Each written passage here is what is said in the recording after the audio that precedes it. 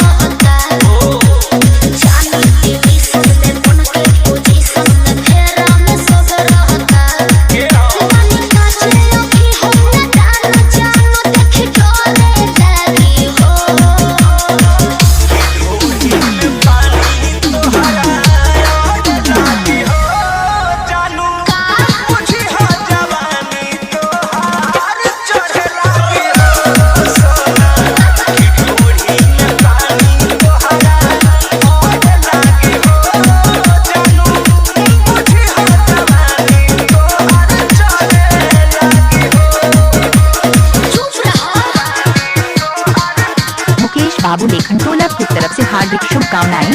अगर आप भी चाहते हैं कि अपने नाम से गाना मिक्स करवाने के लिए तो संपर्क करें 73 19 65 99 83 पर।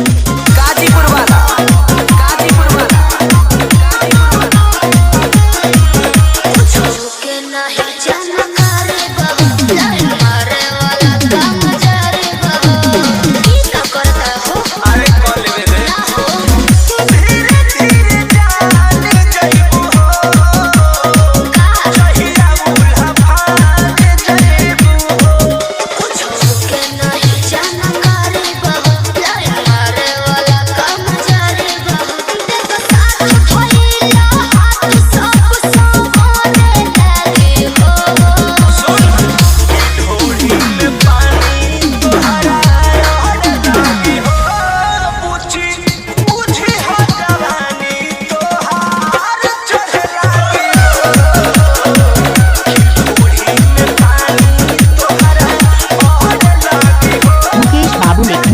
तरफ से हार्दिक शुभकामनाएं।